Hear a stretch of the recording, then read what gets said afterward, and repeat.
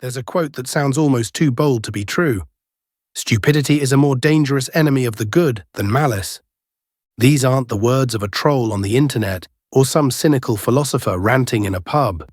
These are the words of Dietrich Bonhoeffer, a German theologian and resistance fighter who dared to stand up to Adolf Hitler. Bonhoeffer wasn't just talking about silly people or those who make bad decisions. He was talking about a particular kind of stupidity, one that thrives in times of chaos, hides behind loyalty, and quietly fuels the most dangerous regimes in history. Imagine a world where the greatest threat isn't the thief sneaking through your window or the con artist plotting a scam. What if the real danger comes from something far more ordinary? People who don't think, who follow blindly, who act without questioning. This isn't just a video about dumb people. It's a dark psychological journey into why some people, without ever meaning to, can become more dangerous than the worst criminals, and never even realize it. To understand the depth of what Bonhoeffer meant, you need to know who he was. Dietrich Bonhoeffer was a Christian pastor and theologian in Germany during the rise of the Nazi regime. Unlike many others who stayed silent or tried to work within the system, Bonhoeffer joined the resistance. He helped Jews escape the country. He plotted against Hitler. He was eventually arrested, imprisoned, and hanged, just weeks before the war ended. And it was in prison, facing death, that Bonhoeffer wrote some of his most haunting thoughts, what we now call his letters from prison. In one of those letters, he wrote about stupidity, not as a joke or insult, but as a serious psychological and moral problem, one that, in his words, was more dangerous than evil itself. Why? Because you can expose evil, you can confront it, you can fight it. But stupidity? True, systemic, socially supported stupidity? That's much harder to defeat. Let's clarify what Bonhoeffer meant by stupidity. He wasn't talking about IQ. He wasn't mocking people who failed a test or struggled in school. He wasn't being arrogant. In fact, Bonhoeffer believed that very intelligent people could become stupid in the right conditions. He wrote, "Stupidity is not a lack of intelligence, but a moral defect." In other words, stupidity isn't just a brain problem. It's a character problem. It happens when people stop thinking for themselves, when they surrender their responsibility to question, to reflect, to resist the crowd. And worst of all, they don't even know it's happening. Bonhoeffer said, "The stupid person is often stubborn and when irritated becomes dangerous by going on the attack." You can reason with a criminal, you can show them the consequences, but with a truly stupid person, one who has handed over their thinking to an ideology, a group, or a charismatic leader, logic no longer works, truth doesn't matter, they've outsourced their brain, and they're proud of it. Once again, his version of stupidity is about shutting off your mind when it matters most. It's when someone hears a slogan, like "Make our country great," and cheers without asking what it means or who it hurts. It's when a crowd chants along, not because they believe, but because everyone else is chanting. It's a kind of blindness, but one you choose. Bonhoeffer wrote, "Stupidity is a more dangerous enemy of the good than malice." Malice is evil intent, like a criminal planning a robbery. You can see it coming, maybe stop it. But stupidity, it's slippery. It hides in plain sight. It's the coworker who spreads a rumor without checking if it's true. It's the voter who picks a leader because of a catchy phrase, not their actions. It's the neighbor who looks away when something wrong happens because it's not my problem. These aren't masterminds plotting destruction. They're regular folks who don't think. And that's what makes them so dangerous. Think about it like a forest fire. A criminal might light a match on purpose. That's bad enough. But a stupid person, they'll toss a dozen matches without even noticing, spreading flames they don't understand. Bonhoeffer saw this in Nazi Germany. The worst atrocities didn't just come from Hitler or his inner circle. They came from thousands, millions, of ordinary people who followed orders, who believed lies, who didn't ask questions. They weren't all cruel. Many were just thoughtless.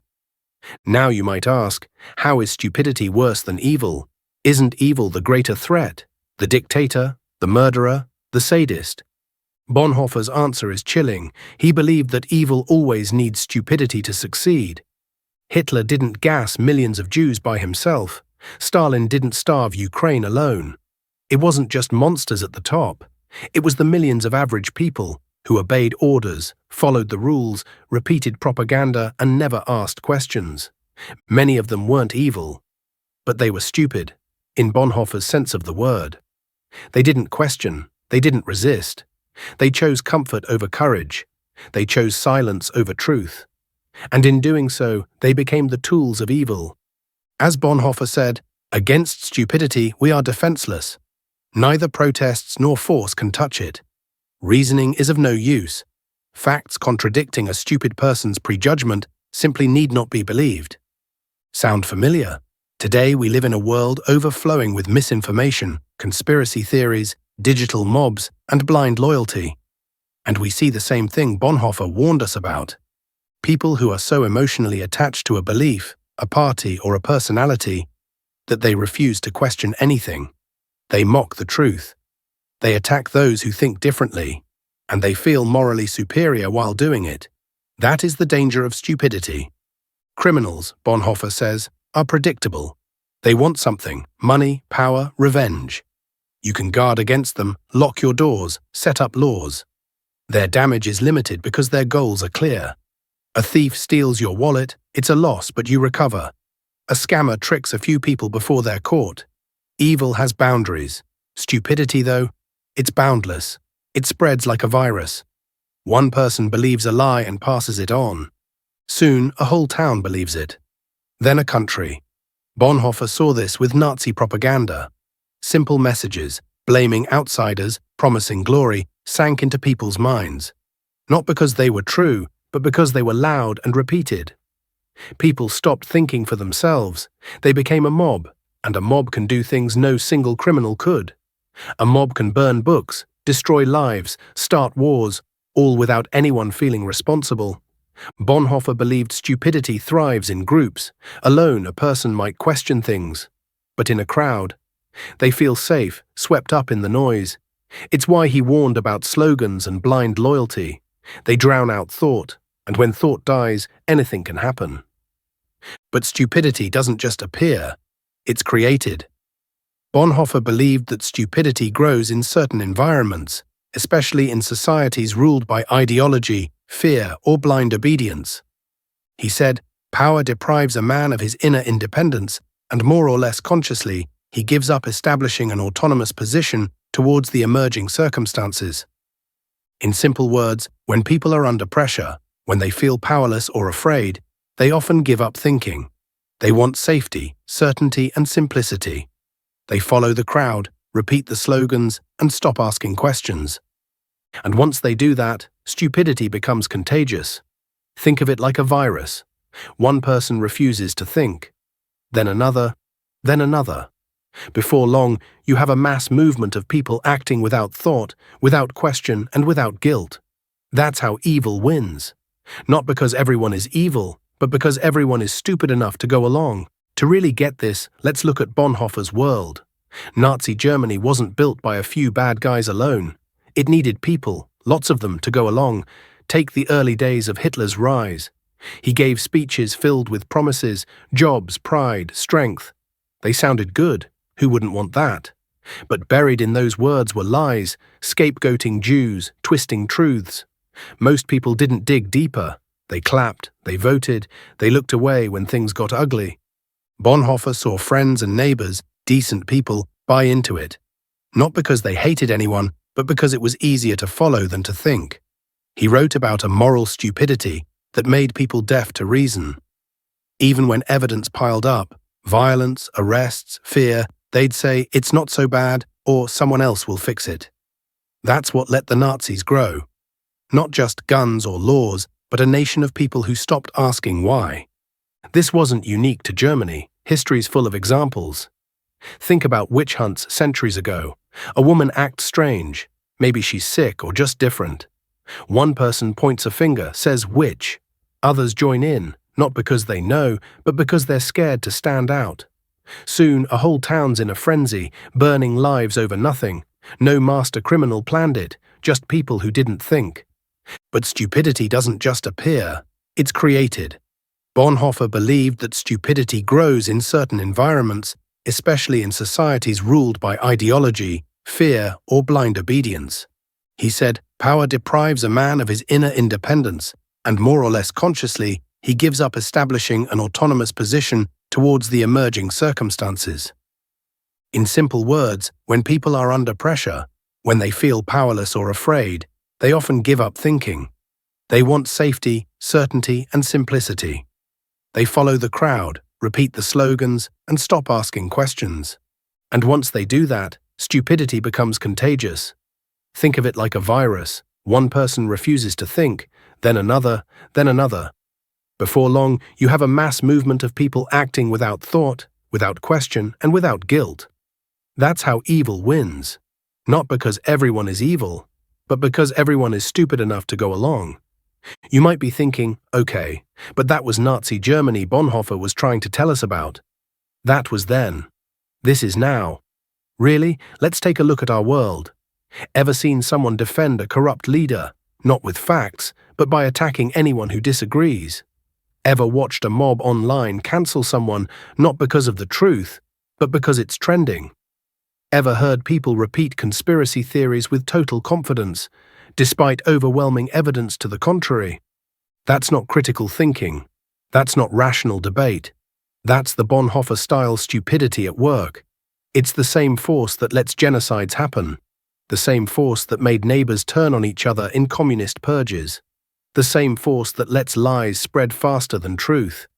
And it's here, right now, hidden behind hashtags, politicians, influencers, and groupthink.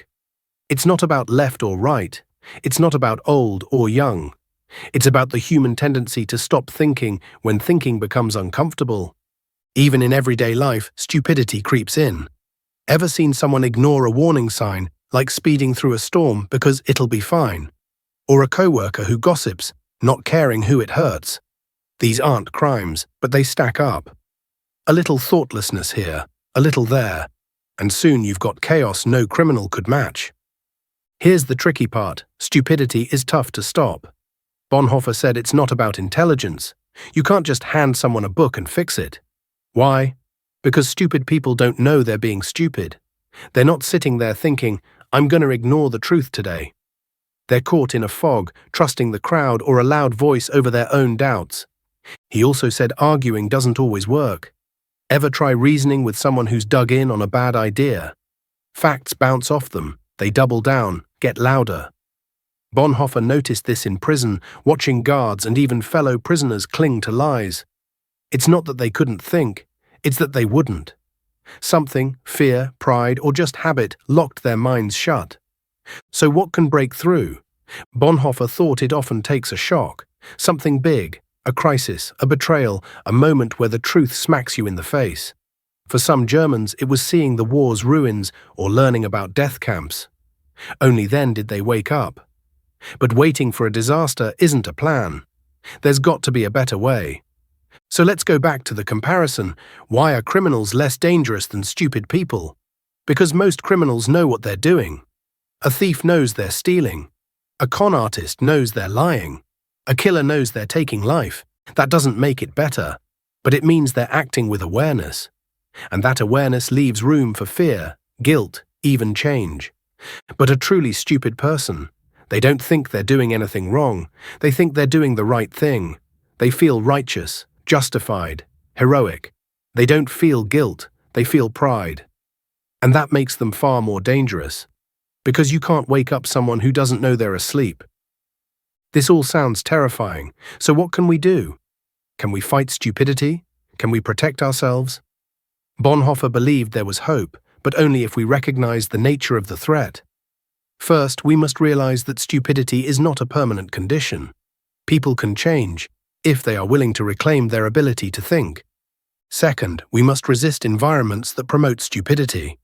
That means encouraging free thought, defending open dialogue, promoting uncomfortable questions, teaching people how to think, not what to think. And we must have the courage to stand alone when necessary. Bonhoeffer stood almost completely alone against the Nazi regime. His own church betrayed him, his friends warned him to keep quiet. But he refused, and in doing so, He became one of the clearest voices in history, warning us against the dangers of moral stupidity. Third, watch your own blind spots. We're all at risk. Ever followed a trend just because it's popular? Or stayed quiet when you knew something was wrong? I have. It's human. But catching yourself saying, "Hold on, let me think this through," is how you stay free. Finally, build spaces where thinking thrives. Surround yourself with people who challenge you, not just agree with you. Share ideas, debate, laugh at bad ones. Bonhoeffer did this with his underground church, small groups, wrestling with big questions. It kept them sharp, even in dark times. So why does any of this matter? Because stupidity isn't just a personal flaw, it shapes the world. It's the spark that turns disagreements into wars, mistakes into disasters. Bonhoeffer saw it tear his country apart. He died fighting it, not with weapons, but with words and choices. He believed we could do better, that we could think, question, and choose the good, even when it's hard. Today, we're not facing Nazis, but we're facing our own tests. Lies spread faster than ever.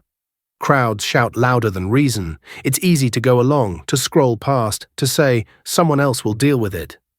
But Bonhoeffer's warning is clear. Thoughtlessness isn't neutral. It's a force, and if we don't fight it, it'll shape our future in ways we won't like. Now let's make it personal. Stupidity isn't just a political or historical problem, it's a human problem. It's in families, friend groups, companies, churches, schools. Anytime someone gives up their responsibility to think out of fear, laziness, or convenience, stupidity spreads. So ask yourself, do I challenge my own beliefs? Do I welcome hard questions or get angry at them? Do I follow ideas because they're true or because they're popular? Do I seek understanding or just repeat what I've been told?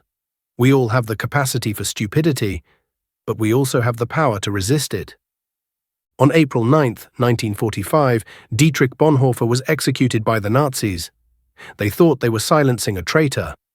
But they didn't silence him because Bonhoeffer's words echo louder today than ever. Silence in the face of evil is itself evil. God will not hold us guiltless. Not to speak is to speak. Not to act is to act. And most haunting of all, stupidity is a more dangerous enemy of the good than malice. Let that sink in. Bonhoeffer wasn't warning us about monsters, he was warning us about ourselves. If you've made it this far, it means you care. You care about the truth, about thinking, about standing up, even when it's easier to stay quiet. The world doesn't need more outrage, it needs more awareness. So be aware, don't surrender your mind to the crowd, don't sacrifice truth for comfort, and never confuse silence with wisdom. Bonhoeffer gave his life trying to warn the world. Let's make sure we're listening. If this message struck a chord, share it, reflect on it. And most of all, think deeply, speak wisely, and stay awake. Because stupidity might be louder, but wisdom, real wisdom, lasts longer.